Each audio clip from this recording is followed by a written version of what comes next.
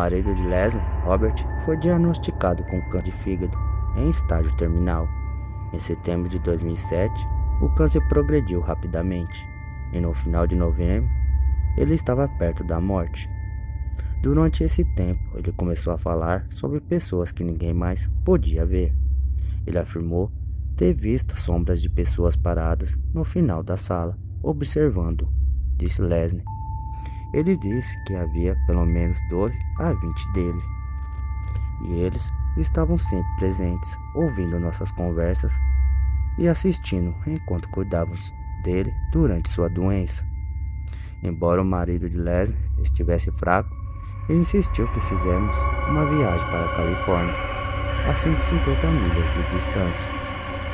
Eu não queria ir, porque ele estava extremamente preocupado com ele, mas por ele ter insistido tanto, nós fomos, disse ela. Eles passaram a primeira noite da viagem em um motel na beira da estrada, mas Leslie logo descobriu que não estávamos sozinhos. Ele e ela estavam deitados na cama com a TV desligada, apenas abraçados e conversando, disse ela.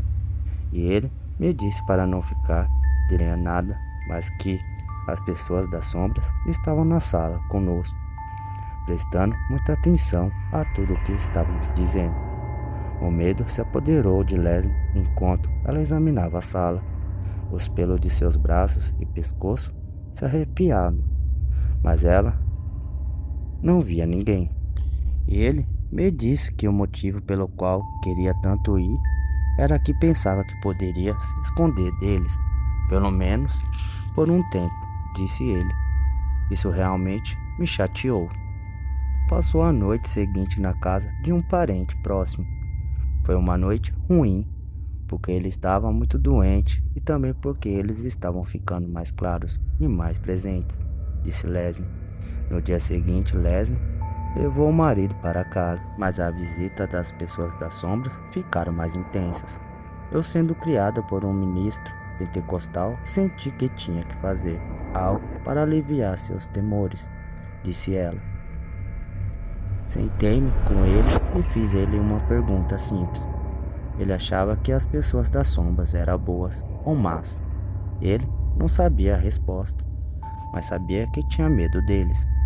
Pela minha experiência com a igreja, eu sabia que quando algo do mundo espiritual é bom, você sabe, disse ela. Só parecia haver dúvida e medo se os espíritos fossem maus. Ela deslizou as mãos pelas mãos do marido e rezou para que as pessoas, as sombras, fossem embora. Falei com os espíritos que eles estavam vendo e dissesse que meu marido era um filho de luz e um filho do Deus Todo-Poderoso do céu, disse ela. Edifiquei meu lar, um lar de luz e uma morada de paz e amor.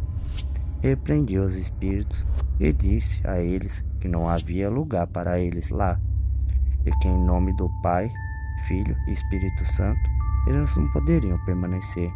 No movimento em que a oração acabou, seu marido estremeceu violentamente.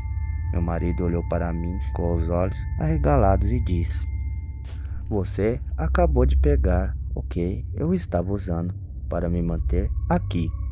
Fiquei chocada, disse a ela. Ele disse que eles se foram.